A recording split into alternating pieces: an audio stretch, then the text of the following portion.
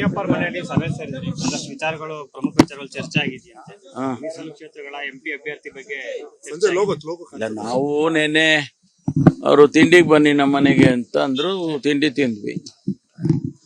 ಸ್ವಾಭಾವಿಕವಾಗಿ ನಾನು 5-6 ಜನ ಮಂತ್ರಿಗಳು ಭೇಟಿ ಮಾಡಿದಾಗ ಏನಾದ್ರೂ ಮಾತಾಡ್ಲೇಬೇಕಲ್ವಾ. ಪರಿಸ್ಥಿತಿ ಲೋಕಸಭೆಯಲ್ಲಿ ನಾವು ಹೆಚ್ಚು ಸೀಟ್ ಗೆದಿಬೇಕು, ಅದಕ್ಕೆ ಏನೆಲ್ಲ ಮಾಡಕ್ ನಮ್ಮ ಕಡೆಯಿಂದ ಸಾಧ್ಯ ಅನ್ನೋದನ್ನ ಸ್ವಲ್ಪ ಚರ್ಚೆ ಮಾಡಿದ್ವಿ.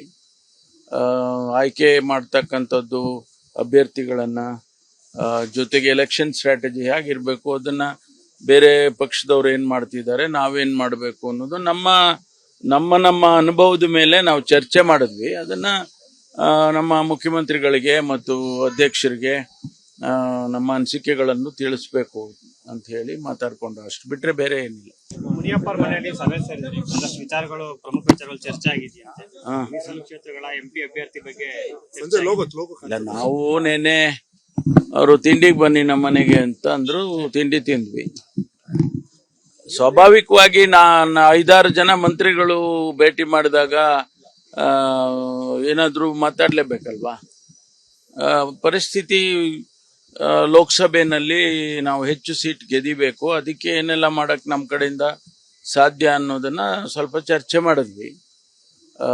ಆಯ್ಕೆ ಮಾಡ್ತಕ್ಕಂಥದ್ದು ಅಭ್ಯರ್ಥಿಗಳನ್ನ, ಜೊತೆಗೆ ಎಲೆಕ್ಷನ್ ಸ್ಟ್ರಾಟಜಿ ಹೇಗಿರ್ಬೇಕು, ಅದನ್ನ ಬೇರೆ ಪಕ್ಷದವ್ರು ಏನ್ ಮಾಡ್ತಿದ್ದಾರೆ, ನಾವೇನ್ ಮಾಡಬೇಕು ಅನ್ನೋದು ನಮ್ಮ ಅನುಭವದ ಮೇಲೆ ನಾವು ಚರ್ಚೆ ಮಾಡಿದ್ವಿ. ಅದನ್ನ ನಮ್ಮ ಮುಖ್ಯಮಂತ್ರಿಗಳಿಗೆ ಮತ್ತು ಅಧ್ಯಕ್ಷರಿಗೆ ನಮ್ಮ ಅನಿಸಿಕೆಗಳನ್ನು ತಿಳಿಸ್ಬೇಕು ಅಂತ ಹೇಳಿ ಮಾತಾಡ್ಕೊಂಡು, ಅಷ್ಟು ಬಿಟ್ರೆ ಬೇರೆ ಏನಿಲ್ಲ. ಮುನಿಯಪ್ಪ ಮನೆಯಲ್ಲಿ ಸಭೆ ಸೇರಿದ್ರಿ, ಒಂದಷ್ಟು ವಿಚಾರಗಳು, ಪ್ರಮುಖ ವಿಚಾರಗಳು ಚರ್ಚೆ ಆಗಿದೆಯಂತೆ. ಮೀಸಲು ಕ್ಷೇತ್ರಗಳ ಎಂಪಿ ಅಭ್ಯರ್ಥಿ ಬಗ್ಗೆ ಇಲ್ಲ, ನಾವು ನೆನ್ನೆ ಅವರು ತಿಂಡಿಗೆ ಬನ್ನಿ ನಮ್ಮ ಮನೆಗೆ ಅಂತ ಅಂದ್ರು, ತಿಂಡಿ ತಿಂದ್ವಿ. ಸ್ವಾಭಾವಿಕವಾಗಿ ನಾನು 5-6 ಜನ ಮಂತ್ರಿಗಳು ಭೇಟಿ ಮಾಡಿದಾಗ ಏನಾದ್ರೂ ಮಾತಾಡ್ಲೇಬೇಕಲ್ವಾ. ಪರಿಸ್ಥಿತಿ ಲೋಕಸಭೆಯಲ್ಲಿ ನಾವು ಹೆಚ್ಚು ಸೀಟ್ ಗೆದಿಬೇಕು, ಅದಕ್ಕೆ ಏನೆಲ್ಲ ಮಾಡಕ್ ನಮ್ಮ ಕಡೆಯಿಂದ ಸಾಧ್ಯ ಅನ್ನೋದನ್ನ ಸ್ವಲ್ಪ ಚರ್ಚೆ ಮಾಡಿದ್ವಿ.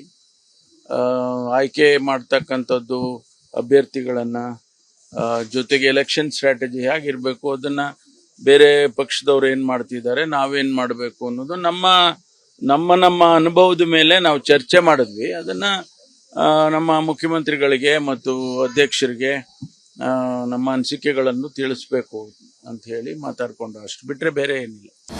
ಅನುಕ್ಷಣದ ಸುದ್ದಿಗಳಿಗಾಗಿ ವಿಸ್ತಾರ ನ್ಯೂಸ್ ಯೂಟ್ಯೂಬ್ ಚಾನೆಲ್ ಸಬ್ಸ್ಕ್ರೈಬ್ ಮಾಡಿ. ಹೊಸ ಸುದ್ದಿಗಳ ನೋಟಿಫಿಕೇಶನ್ಗಾಗಿ ಬೆಲ್ ಐಕಾನ್ ಕ್ಲಿಕ್ ಮಾಡಿ. ಲೇಟೆಸ್ಟ್ ಅಪ್ಡೇಟ್ಸ್ಗಾಗಿ www.vistaranews.com ವೆಬ್ಸೈಟ್ಗೆ ವಿಸಿಟ್ ಮಾಡಿ.